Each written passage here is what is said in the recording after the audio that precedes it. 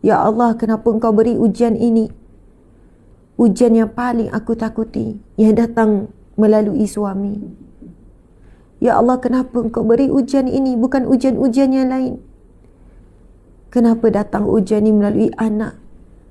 Harta yang paling aku sayang, yang paling aku jaga. Aku tidak ada apa-apa harta melainkan anak.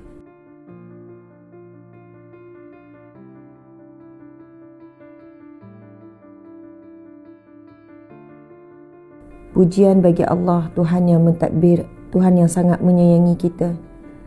Allah, Tuhan yang menciptakan kita.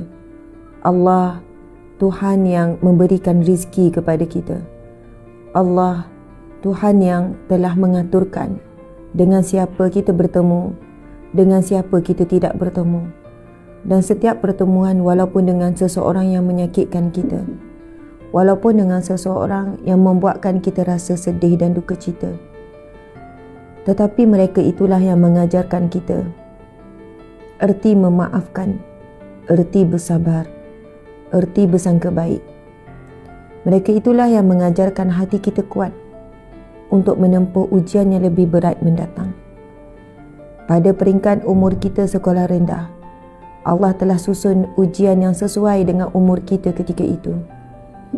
Kemudian kita semakin membesar sampai remaja, Allah mengatur lagi ujian yang sesuai pada umur, pada tahap kemampuan kita berfikir, pada tahap emosi kita menerima.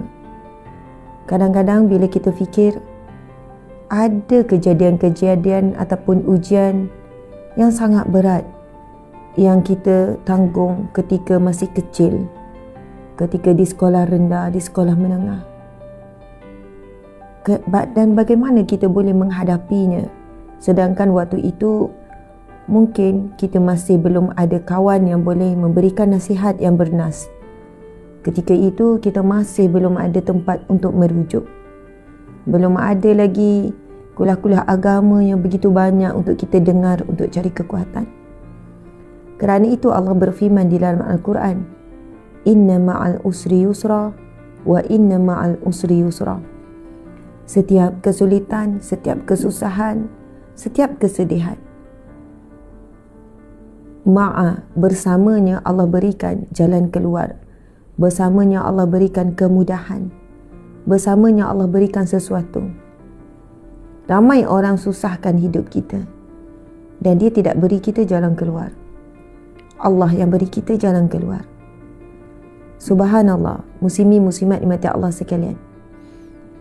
Setelah kita mula remaja, membesar sampailah saat ini, ujian silih berganti mengikut kadar iman kita, mengikut kadar kemampuan kita berfikir. Allah tidak pernah menyalahi janjinya. Allah tidak pernah menyalahi apa yang telah disebutkan dalam kalamnya Al-Quranul Karim. Apabila Allah berfirman, La yukallifullahu nafsan illa wus'aha. Tidak akan menimpa. La yukallifullah. Allah tidak akan menimpakan kepada mana-mana makhluk, sama ada manusia ataupun binatang, bahkan kepada tumbuh-tumbuhan dan seluruh makhluknya. La yukallifullahu nafsan, sesuatu yang bernyawa. Sesuatu yang bernyawa.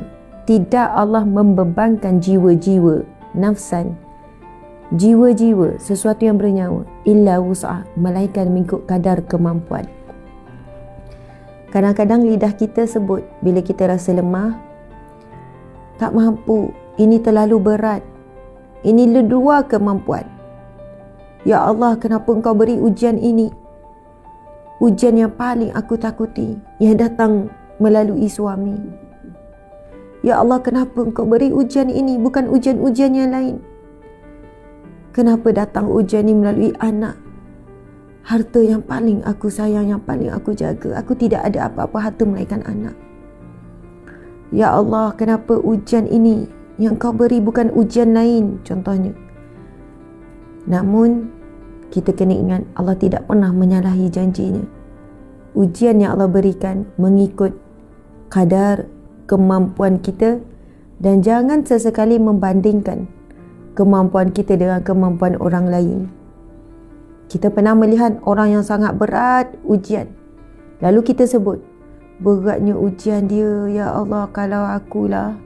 Kan, kalau akulah, contoh, kalau saya lah, memang dah gila dah. Macam tu kan. Kalau saya kena macam dia, oi, saya gini-gini, saya gitu-gitu. Ya, sebab Allah tahu kita tidak mampu. Allah tidak beri kita ujian yang berat seperti itu. Ada wanita yang datang kepada saya, cerita tentang ujian dia melalui anak. Lalu saya tanya, anak semua sihat? Sihat, Alhamdulillah. Puan pernah tengok tak? Ibu ayah yang diuji dengan anak semua sakit. Anak pertama sampai anak kelima, semua istimewa. Semua sakit. Puan rasa mampu tak nak terima ujian tu? Anak kena diuruskan pampers, anak kurang upaya semua sebab masalah genetik. Ada Ustazah. Puan rasa mana lebih berat, ujian puan sekarang ataupun ujian tu? Saya tak sanggup kalau diuji macam tu. Anak saya semua sihat-sihat, cuma mereka ada perangai yang sangat menguji sabar saya. Sebab Allah tahu puan mampu yang tu. Allahu Akbar. Muslimin muslimat dimati Allah sekalian. Dan pastinya setiap ketetapan dan ujian Allah adalah untuk kebaikan dunia dan akhirat kita. Tanpa ujian, kita tak kenal Allah. Tanpa ujian, kita tak akan istiqamah dengan zikrullah. Tanpa ujian, kita mungkin masih belum berhijrah lagi. Tanpa ujian, kita tidak kenal siapakah sebenarnya yang selalu bersama dengan kita. Siapa yang akan meninggalkan kita saat kita susah. Berterima kasih kepada Allah, berterima kasih terhadap ujiannya. Allah berikan ujian dengan kasih sayang, bukan dengan benci. Allah nak kenalkan kita kepada syurganya. Sehingga kan bila saat kita terduduk dan kita tidak mampu berbuat apa-apa, muslimin muslimat, lalu kita menyebutkan, hidup ini sementara, kesedihan ini sementara. Hasbi Rabbi Jalallah, hasbunallah wa ni'mal wakil. Cukuplah Allah bagiku, dialah sebaik-baik penolongku. Allah itu cukup. Jika aku hilang semuanya tapi dalam hatiku ada Allah, maka ia cukup. Jika tidak ada yang indah di dunia ini tetapi dalam hati ini ada Allah, ada Rasulullah, maka ia sangat cukup untuk menjadi bekal mencari erti kebahagiaan yang hakiki di dunia. Namun kerana kita sangat tamatkan dunia, sangat cintakan dunia, muslimin muslimat, sebab itu Allah dan Rasulnya tidak cukup untuk hati kita, untuk hidup kita. Subhanallah. Alhamdulillah muslimin muslimat, satu mukadimah yang saya kira mudah-mudahan boleh berikan kekuatan, boleh beri semangat kepada siapa yang sedang diuji, termasuklah saya yang sedang diuji pada saat ini. Kita semua dalam ujian Allah. Kita semua dalam kasih sayang Allah. Kita sentiasa dalam pemerhatian Allah. Bila Allah tengok kita lalai, kita leka, Allah tarik kita dengan ujian. Sebab jika diberi nikmat demi nikmat, kita semakin jauh. Subhanallah. Allah nak beri kita faham bahawasanya dunia ini pahit kerana syurga itu manis. Dunia ini sakit kerana hanya di syurga tempat kita berehat. Tidak ada kesedihan, tidak ada perpisahan. Jika dunia ini semuanya indah, kita sangat payah untuk melepaskannya. Kita sangat susah. Sebab itu kepada mereka yang tidak dapat keadilan di dunia, maka hati akan terpujuk apabila membacakan keadilan Allah di akhirat kelak. Apabila kita difitnah di dunia, dibenci, ditabur dengan apa sahaja ujian, lalu kita membayangkan kenikmatan syurga yang tidak ada batas. Itulah indahnya kita menjadi orang yang beriman, iaitu orang yang percaya dengan janji Allah. Orang yang percaya dengan apa isi kandungan Al-Quran. Orang yang percaya tentang syurga itu benar, neraka itu benar. Alam barzah yang indah itu benar, alam barzah yang azab itu benar.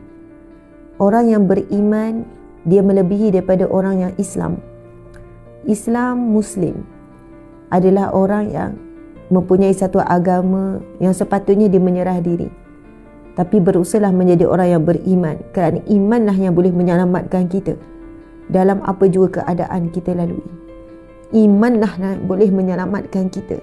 Iman yang boleh menyelamatkan kita, supaya kita tidak terus jatuh ke lubang yang sama dan kita terus bangkit muslimin muslimat. Alhamdulillah.